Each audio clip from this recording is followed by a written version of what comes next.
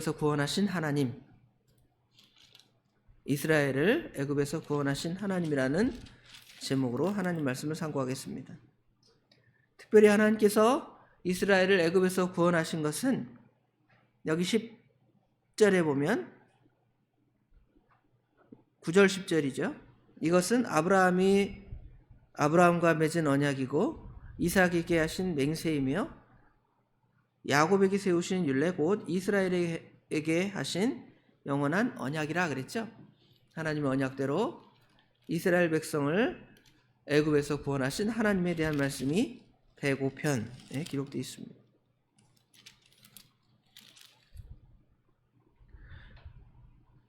본시는 하나님과 언약을 맺은 아브라함과 이스라엘 자손이 그들의 역사 가운데 행하신 하나님의 인자하심, 하나님의 선하심을 설명하는 서사시입니다.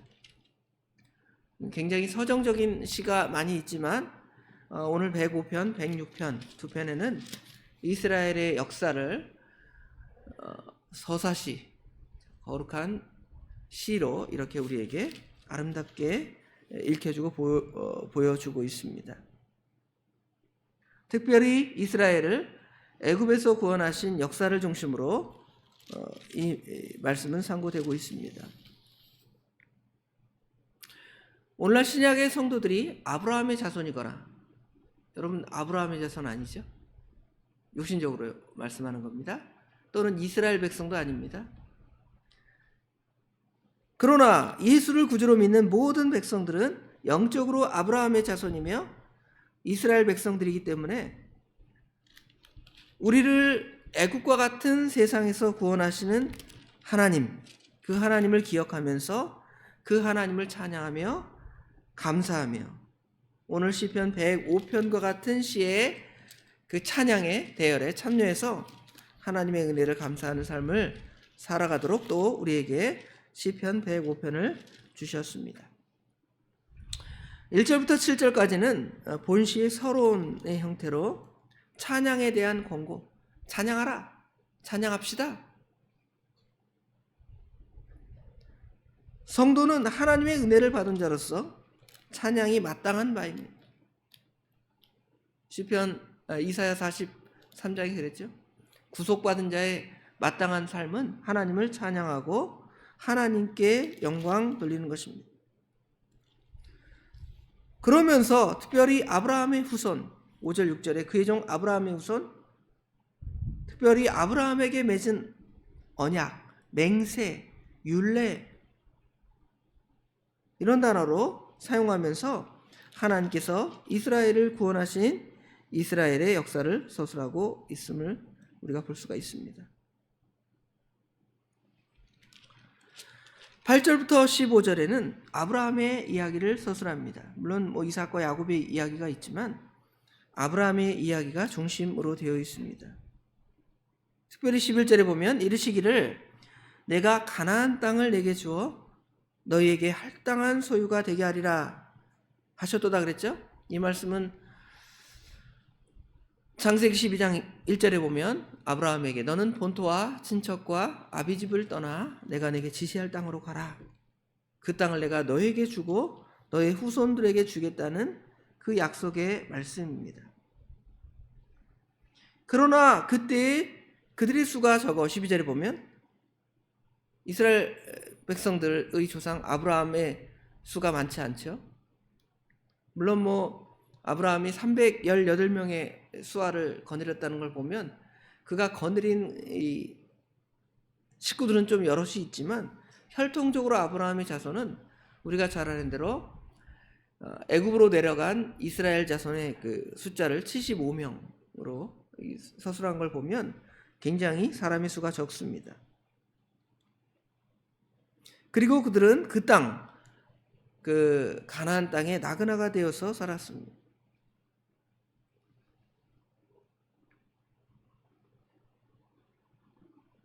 그리고 이제 그 가나안 땅에 살면서 아브라함이 당한 여러 이야기들이 있죠. 이방 왕들의 위협. 13절 이하로 보면 이 족속 저 족속에게 떠돌아다니고 또 억압을 받기도 하지만 14절에 보면 그는 사람이 하나님은 이 아브라함이 그들의 억압을 받는 것을 용납하지 아니하시고 그들로 말미암아 왕들을 꾸짖죠. 이방 왕 아비멜렉을 꾸짖잖아요. 그라랑 아비멜렉을 꾸짖어서 그의 아내를 취하면 죽겠다고 명령하시는 말씀들이 있죠. 아내를 빼앗길 위협. 아브라함도 그랬고 이삭도 그랬죠. 또 우물을 빼앗긴 이삭. 이런 어려움을 당하지만 하나님께서 15절에 보면 이르시기를 나의 기름 부은 자를 손대지 말며 나의 선지자들을 해하지 말라 하셨도다. 이방의 악한 자들이 우리 하나님의 백성들을 괴롭힐 때에 하나님께서 그들의 왕들조차도 하나님께서 꾸짖어서 하나님의 백성들을 해하지 아니하도록 보호하시는 하나님을 우리가 볼 수가 있습니다. 16절부터 23절에는 요셉에 대한 이야기가 나오죠. 요셉. 아브라함에게 예언하셨던 이스라엘을 애굽으로 보내시고 400년 동안 종살이 하겠다 하신 그 약속의 말씀을 이루기 위해서 먼저는 요셉을 보내십니다. 요셉을 보내는 과정을 우리가 잘 알잖아요. 형들이 그 아우를 시기해서 팔아먹은 이스마엘 상인에게 팔아먹은 이야기를 우리가 주일학교 때부터 많이 들었을 것입니다. 요셉만 먼저 보내신 것이 아니라 그 다음에는 16절에 보면 그가 그 땅을 기근이 들게 하여 그들이 의지하는 양식을 다 끊으셨다 그랬죠. 그래서 결국은 이스라엘 백성들이 애굽으로 갈 수밖에 없도록 하나님이 인도하십니다. 그리고 400년 동안 그 애굽에서 종살이하게 하시는데요. 그 가운데 계속 두지 않습니다. 물론 요셉을 그곳의 총리로 삼기도 하셨지만 이제 요셉과 이스라엘 백성에게 애굽은 영원히 머물 곳이 아닙니다. 우리가 이 세상을 장망성이라고 하는 것처럼 애굽은 이스라엘 백성들이 영원히 머물 땅이 아니고 하나님이 허락하신 가나안 땅이 있기 때문에 그들로 하여금 그곳에 정착하지 못하도록 하나님께서 또 그들을 연단하시죠. 애굽 왕 바로는 이스라엘 백성을 괴롭힙니다. 이스라엘 백성들의 숫자가 늘어나자 출애굽기 1장에 보면 이스라엘 백성을 심히 학대하였습니다. 심히 학대할 때 이스라엘 백성들이 하나님께 기도하죠. 우리가 잘 아는 대로. 이스라엘 백성들이 하나님께 기도할 때 하나님께서 이스라엘 백성들의 기도를 들어주셔서 그들을 그 가운데서 구원하십니다. 24절부터 마지막 절까지는 하나님께서 애굽에서 이스라엘을 건지신 이야기가 나옵니다. 10가지 재앙으로 이스라엘 백성을 구원하시고 또 그들을 광야로 인도하셔서 은혜를 주시는 내용, 그것이 24절부터 45절의 내용입니다.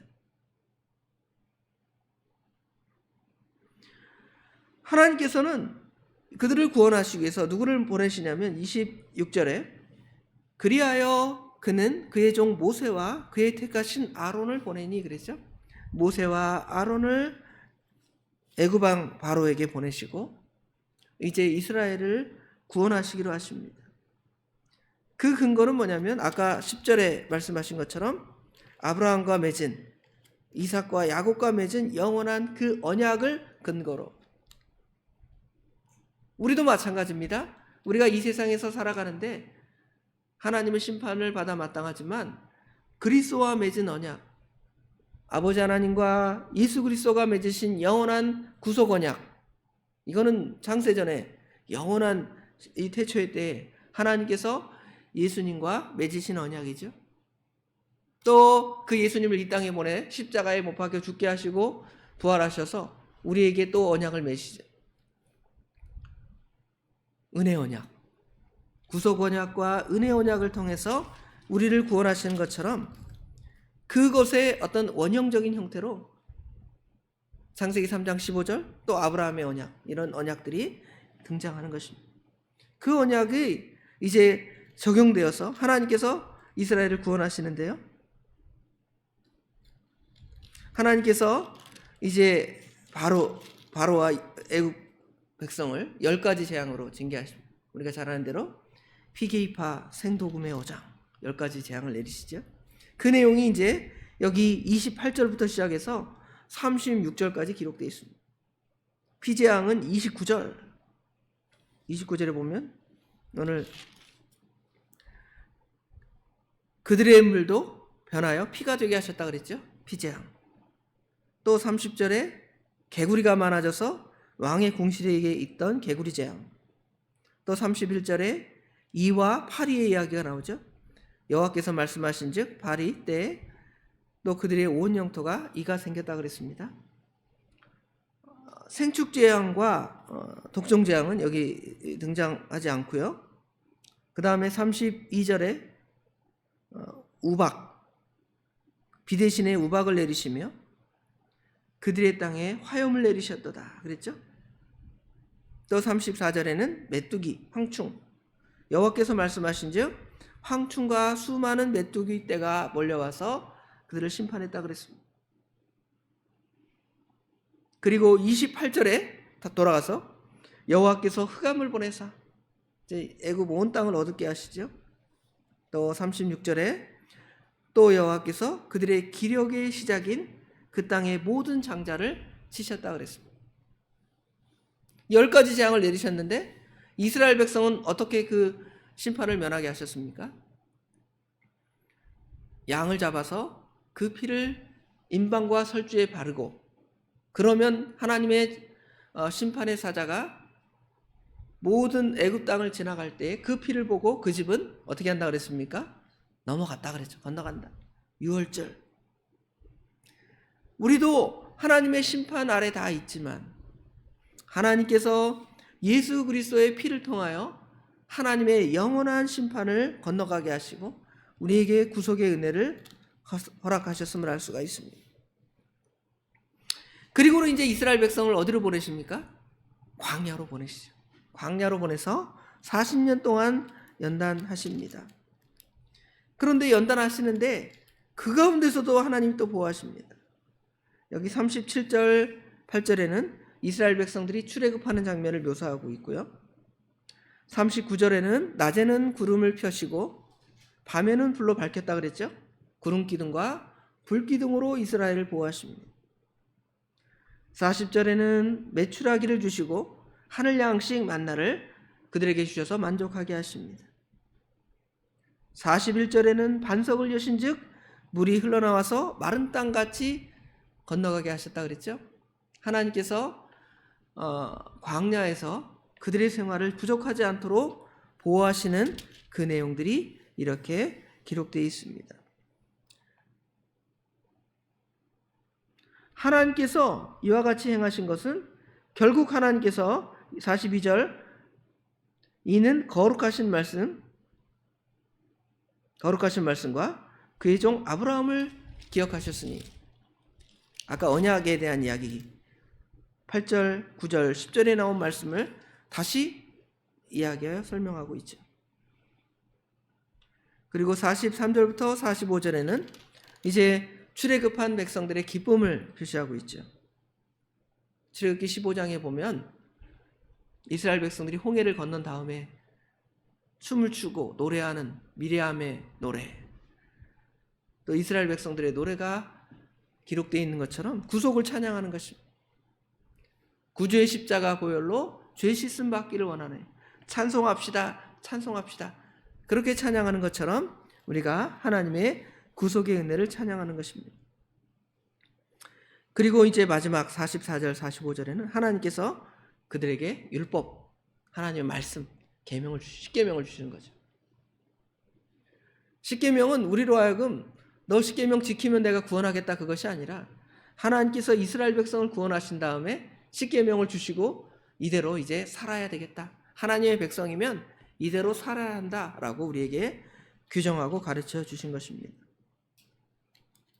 오늘 이 서사시 여러분이 다시 한번 집에 가셔서 1절부터 45절을 쫙 읽어보시면 갑자기 구약 성경 창세기로부터 시작해서 출애굽기 내용을 한번 쫙 훑어보는 것입니다.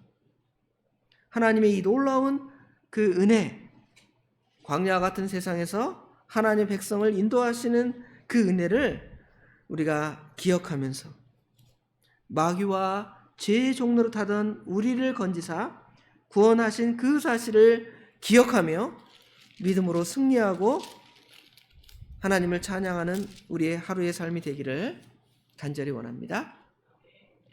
기도하겠습니다.